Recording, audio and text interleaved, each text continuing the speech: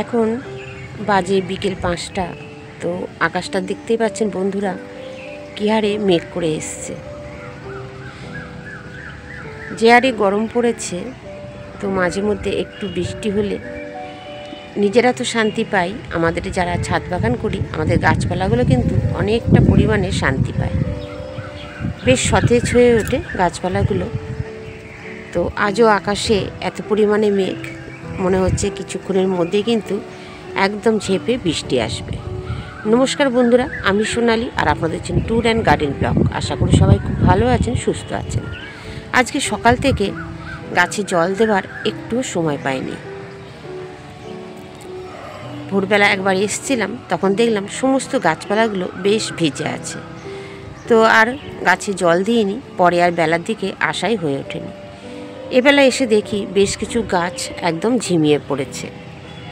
তো সেই গাছগুলোকে এবেলা চলে এসেছি জল দিতে।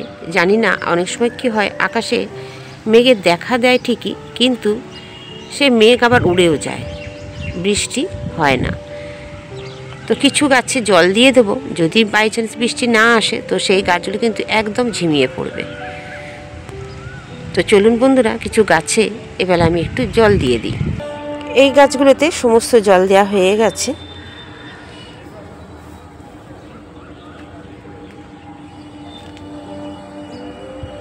বেদানা গাছটায় আবারও কিন্তু ফুল আসতে শুরু করে দিয়েছে। কতবার যে এই ফুল কেটে ফেলে দিচ্ছি তার কোনো ঠিক নেই। যত চাইছি যে এই গাছ থেকে এই বছরটা ফল নেব না, কিন্তু অনবরত ফুল আসতেই থাকছে। দেখুন কখন অজান্তে কিছু ফল কিন্তু বড়ও হয়ে গেছে। এখানে দেখুন, এখানে একটা, যেমন এখানে দুটো ধরেছে, আবার এই পাশে একটা বেদানা ধরে গেছে। তো এই 4টে বেদানা হয়ে গেছে। তো এগুলোকে আর কাটিনি, এগুলো বড় হয়ে গেছে অনেকটা, কিন্তু তারপরেও অতিরিক্ত পরিমাণে মাঝে মাঝে ফুল চলে আসছে। তো সেই ফুলগুলোকে সমানে কিন্তু আমি কেটে ফেলে দিচ্ছি। দেখুন এখানেও রয়েছে একটা ফুল। সমস্ত এইভাবে ফুলগুলোকে কেটে ফেলে দিচ্ছি, কেননা এত ফুল থেকে যদি ফলে দাঁড়ায়, গাছটা কিন্তু বয়স এখনও 1 বছর পুরোপুরি হয়নি। তো গাছটা অনেকটাই কিন্তু নিস্তেজ হয়ে পড়বে। প্রথমে গাছগুলোকে আগে বাড়তে দেওয়া উচিত, তো সেই কারণেই চেয়েছি গাছটাকে একটু বাড়তে দেবো। তো যত চেষ্টা করছি, গাছটা কিন্তু অনবরত এত পরিমাণে ফুল আসছে, সব সময় কেটে দেওয়া সম্ভাবনা হচ্ছে না। তো তারই মাঝে 4খানা ফল দাঁড়িয়ে গেছে। দেখুন এই ডগাতে আরও কিছু ছোট ছোট কুড়ি এসে গেছে। তো এই কুড়িগুলোকেও কেটে ফেলে দেবো। গাছগুলোই দেখতেই পাচ্ছেন, ওবেলা জল দেওয়া হয়নি, গাছের গোড়াগুলো একদম শুকিয়ে রয়েছে। তো এই গাছগুলো এবারে ভালো মতো জল দিয়ে দেবো। বৃষ্টির আশায় থাকলে হবে না, মেঘ করেছে, হয়তো বৃষ্টি আসতেও পারে, আবার হাওয়া দিলে সে মেঘ কোথায় উড়ে চলে যাবে তার কোনো ঠিক ঠিকানা নেই। এখানে আমার আতা গাছটা বেশ সুন্দরভাবে কিন্তু বেড়ে উঠছে। দেখুন আতা গাছটার পাতাগুলো কত সুন্দরভাবে সবুজ একদম। এই গাছটাতে এখন শুধু কিন্তু ভার্মি কম্পোস্ট দিচ্ছি, কেননা ভার্মি কম্পোস্টে প্রচুর পরিমাণে থাকে নাইট্রোজেন, আর এই গাছের বেড়ে ওঠার জন্য এখন নাইট্রোজেন ভাগটাই বেশি দরকার হয়। সেই কারণে এখন নাইট্রোজেনটাই শুধু দিয়ে যাচ্ছি, যাতে গাছটা সুন্দরভাবে বেড়ে ওঠে। এই গাছটা একটু বেড়ে উঠলে সামনের বছর বড় টবে দিয়ে দেবো। এখন দেখুন ছোট টবে রয়েছে, তো এই টবটাকে পাল্টে দেবো গাছটা বেড়ে ওঠার পরে। গাছটা যখন নিয়ে এসেছিলাম, এর আগেও আপনাদের সাথে শেয়ার করেছি, খুবই সরু একটা ডাল ছিল, একদমই রোগা লিকপিকে ছিল। সেই গাছটাকে এখান থেকে কেটে দেওয়ার পরে গাছটা দুপাশ থেকে দেখুন ডালপালা বেরিয়ে কত সুন্দরভাবে বেড়ে উঠছে। তো গাছটাকে এখন শুধু দিচ্ছি জল, আর নাইট্রোজেনের জন্য দিচ্ছি ভার্মি কম্পোস্ট। ব্যাস, এটাই হচ্ছে গাছের মেন খাদ্য এখন বেড়ে ওঠার জন্য। বাদবাকি সমস্ত গাছগুলোই এবার জল দিয়ে দেবো। আর এখানে দেখুন আম গাছগুলোই আম রয়েছে, আমগুলো কিন্তু এখনও পাকেনি, বেশ কাঁচা রয়েছে। দেখতে পাচ্ছেন সবেদা গাছে যদি একটু জলের অভাব হয়, কুড়ি কিন্তু কতটা পরিমাণে ঝরে পড়ে। বেশ কিছু কুড়ি ঝরে পড়েছে। তবু চেষ্টা করি এই গাছটাকে অন্তত 2-3 বার জল দেওয়ার। জল সমানে দিতে থাকি, কিন্তু জল এতটা পরিমাণে টানে যে কিছুক্ষণ পরেই জলটা শুকিয়ে যায়। এই গাছটাকেও ইচ্ছা আছে সামনের বছর কিন্তু আমি একটা বড় জায়গাতে দেবো, গাছ অনুযায়ী আমার এই জায়গাটা হয়ে গেছে ছোট, যার ফলে গাছটা ঠিকমতো শেকড় ছড়াতে পারছে না। আর আমিও কিন্তু এই গাছে ভালো মতো সার দিতে পারছি না, এত পরিমাণে শেকড় ওপর দিকটায় চলে এসেছে, যার ফলে মাটি খুঁড়তেও পারছি না। আর যার গাছে কোনো রকম সার সেইভাবে দিতে পারছি না। অল্প করে সার ওপর দিকটায় দিয়ে দিয়েছি, তার বেশি দেওয়া যাচ্ছে না। গাছটায় কিন্তু প্রচুর পরিমাণে কুড়ি এসছে।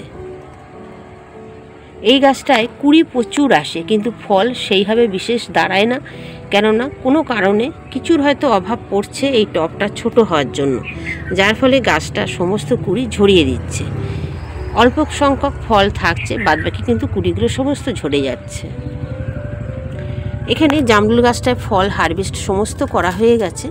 এবার এই জামরুল গাছটাকে আবার নতুন করে রেডি করতে হবে সামনের বছরের জন্য, যার জন্য কি করতে হবে, এই গাছের ডালপালাগুলো আমি সমস্ত কাটাই ছাঁটাই করে দেবো, আর কিছু নিচে খাবার দিয়ে দেবো।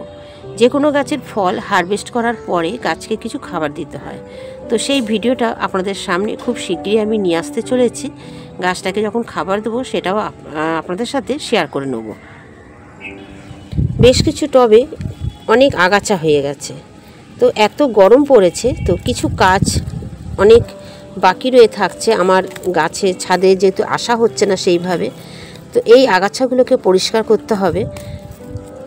কিন্তু এত পরিমাণে গরম যাচ্ছে, অনেক সময় কি হয়, কোনো কাজ করতেও ইচ্ছা করে না, ছাদ বাগানে আসাটাও একটু কমে গেছে। তো এখন কদিন একটু আকাশটা মেঘলা হওয়াতে আমি আস্তে আস্তে সমস্ত টবের আগাছাগুলো কিন্তু পরিষ্কার করতে শুরু করে দিয়েছি। আর বিশেষ করে বিকালবেলা জল দিয়ে দিলে সকালের দিকটায় এই আগাছাগুলো পরিষ্কার করা খুব সুবিধা হয়। মাটিটা নরম থাকে আর আগাছা কিন্তু খুব সহজেই টানলেই উঠে চলে আসে। টবগুলো যত পরিষ্কার থাকবে সেটা দেখতেও ভালো লাগে, আর গাছগুলোও কিন্তু ভালো থাকে। গাছে যে খাবার আমরা দিই সেই খাবারগুলো আর আগাছাতে খেতে পারে না, সেগুলো কিন্তু গাছই সম্পূর্ণটা খেতে পারবে। তো সেই কারণে মাঝে মাঝে এই গাছের আগাছাগুলো পরিষ্কার করে দেওয়া খুবই জরুরি হয়ে পড়ে। গাছগুলোকে যখন আমরা বসাই, গাছগুলোকে কিন্তু আমাদের সেইভাবে খেয়াল রাখতে লাগবে, তবেই কিন্তু এই গাছগুলো সুস্থ সবলভাবে বেড়ে উঠবে এবং গাছ থেকেও আমরা আশানুরূপ ফল ফুল এগুলো পেতে পারবো। এবারে আমার এই গাছগুলোকে রিপোর্টিং করা হওয়ার সময় হয়ে উঠল না। দেখুন গাছে এই টবটার মধ্যে গাছটা কতটা কাত হয়ে গেছে, শেকড়গুলো ওপরের দিকে উঠে পড়েছে। তো এই বছর আর যেহেতু করতে পারলাম না, ওই জন্য আর কোনো কিছু করলাম না, গাছের ডালপালাও কাটিনি। গাছগুলো একটু এইভাবেই থাকুক এবছর। সামনের বছর আমি এই গাছগুলো সমস্ত নতুনভাবে রিপোর্টিং করে দেবো, কেননা ফেব্রুয়ারি মাস ছাড়া এই গাছগুলোকে বেশি নাড়াচাড়া করা একদমই উচিত না। এর শেকড় একমাত্র ফেব্রুয়ারি মাসে কাটাটাই ঠিক। শেকড় বলুন, ডালপালা বলুন, গাছগুলোকে রিপোর্টিং করা বলুন, ফেব্রুয়ারি মাসটাই উপযুক্ত সময়। সেই সময় ছাড়া আমি কিন্তু অন্য কোনো মাসে এই কাজগুলো করি না। তাই এবছর আর এই কাজগুলো হয়ে উঠলো না। তো গাছগুলো যেটুকুনি ফুল দিচ্ছে সেগুলোই এখন নিতে হচ্ছে। সামনের বছর এই গাছগুলো নতুন করে আবার ব্যবস্থা করব। এই কামরাঙা গাছটায় প্রচুর পরিমাণে কামরাঙা ধরেছিল, তার মধ্যে বেশ কিছু কামরাঙা কিন্তু পড়েও গেছে। এতটাই রোদের তেজ ছিল, কামরাঙাগুলো শুকিয়ে পড়ে যাচ্ছিল। দেখুন তার সত্ত্বেও এখনও অনেক কামরাঙা গাছটাতে আছে। এগুলো বড় হয়ে গেলে কিন্তু অনেকটা পরিমাণে এগুলো দেখা যাবে। দেখুন এখানে চারপাশে বেশ কিছু কামরাঙা এখনও রয়ে গেছে। একদম নিচ অংশ থেকে কামরাঙা ধরেছিল। তো কামরাঙা যে হারে ঝরে পড়েছে, গাছটায় যদি থাকতো অসংখ্য কামরাঙা গাছটায় থাকতো, কিন্তু অতিরিক্ত গরমে কিছু কামরাঙা ঝরে পড়ল। আবহাওয়ার জন্য, আবহাওয়ার তারতম্যের জন্য অনেক সময় যতই আমরা পরিচর্যা করি গাছে, ফল কিন্তু সবসময় টেকাতে পারি না, কারণ আবহাওয়া খামখেয়ালিপনাতেই বেশ কিছু ফল সময়ের আগেই কিন্তু ঝরে যায়। তো এই সব গাছেও দেখুন অনেক পরিমাণে ফল এসেছিল, কিন্তু সেই ফল সমস্ত টিকলো না, তার আগেই কিন্তু ঝরে পড়েছে। তো বন্ধুরা, আজকের ভিডিওটা কেমন লাগলো অবশ্যই কমেন্ট করে জানাবেন। যদি ভালো লাগে লাইক শেয়ার করে দেবেন। আর নতুন বন্ধু আমার চ্যানেলে এসে থাকলে অবশ্যই চ্যানেলটিকে সাবস্ক্রাইব করে পাশে থাকা বেল আইকনটি প্রেস করে দেবেন। নতুন কোনো ভিডিও যখনই আমি দেব তার নোটিফিকেশন সবার আগে আপনাদের কাছে পৌঁছে যাবে। আমার এই ছোট্ট চেষ্টা যদি আপনাদের কাছে একটুকু ভালো লাগে, প্লিজ বন্ধুরা আপনারা পাশে থাকবেন। আমি পরবর্তীকালে চেষ্টা করব আরও নতুন নতুন গাছ নিয়ে এসে সেই গাছেরও পরিচর্যা আপনাদের সামনে তুলে ধরার। সবাই খুব ভালো থাকবেন, সুস্থ থাকবেন। আজ এই পর্যন্ত, টাটা বন্ধুরা।